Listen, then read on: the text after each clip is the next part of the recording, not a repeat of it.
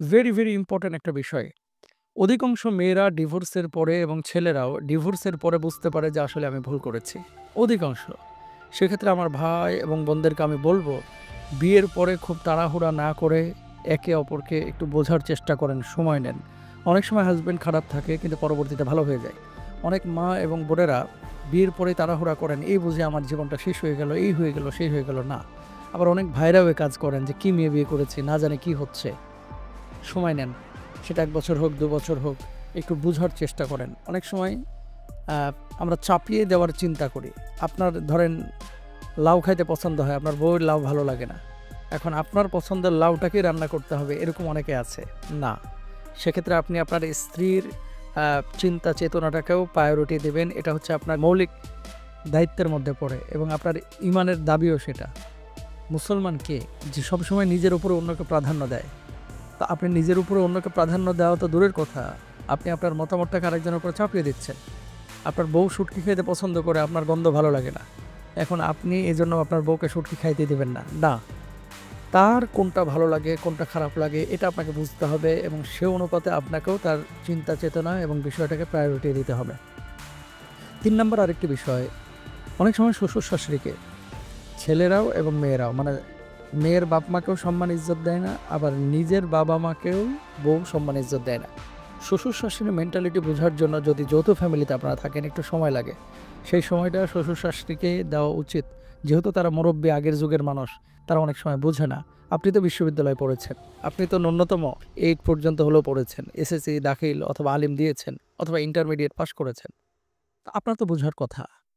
তো আপনি একটা অফিসে যাওয়ার পরেই মন মতো আপনার সবকিছু হয় না। সেখানে সেলারির জন্য যদি আপনি সবকিছু মেনে নিতে পারেন অফিসিয়াল রুলসগুলো, তাহলে আপনি আপনার হাসব্যান্ডের বাসায় যখন গেলেন, আপনি এত বড় লাইফ তার সাথে সম্পৃক্ত করেছেন। তো একটু অপছন্দের বিষয়কে আপনি মেনে নিতে পারেন না?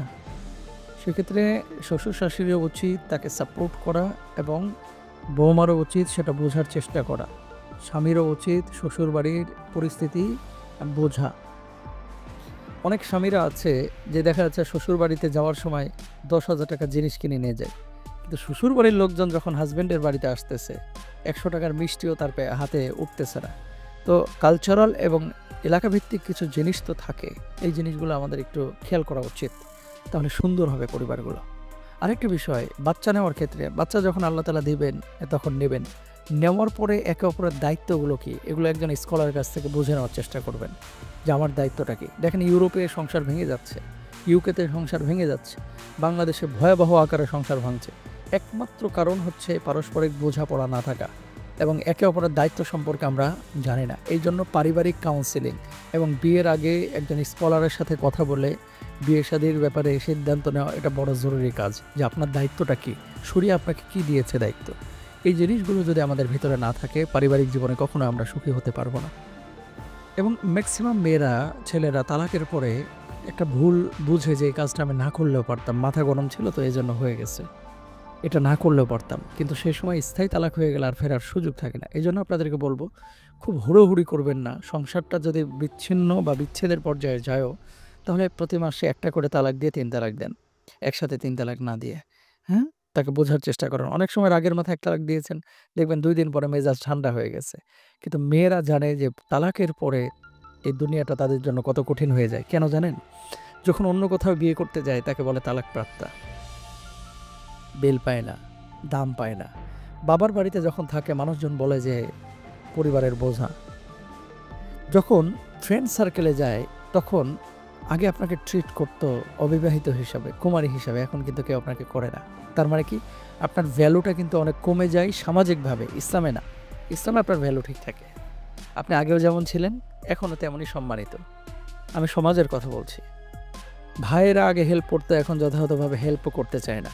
এই জন্য আমি আমার মা বোনদেরকে বলবো যে তালাকের ক্ষেত্রে একান্তই নিরুপায় না হলে এ ধরনের পথ বেছে নেবেন না। আর ভাইদেরকে বলবো, আপনি আপনার বউকে তালাক দিয়ে মনে করতেছেন একটা গেছে, কি হয়েছে, আরও আসবো, পরেরটা যদি আরও খারাপ হয় ওটারও ছাড়বো, তারপরেরটা যদি আরও খারাপ হয় লাস্টে কী করবেন জানেন?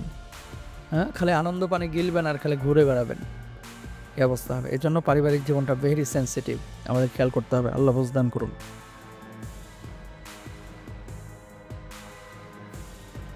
Rose TV 24, Enjoy by listening to the Holy Quran.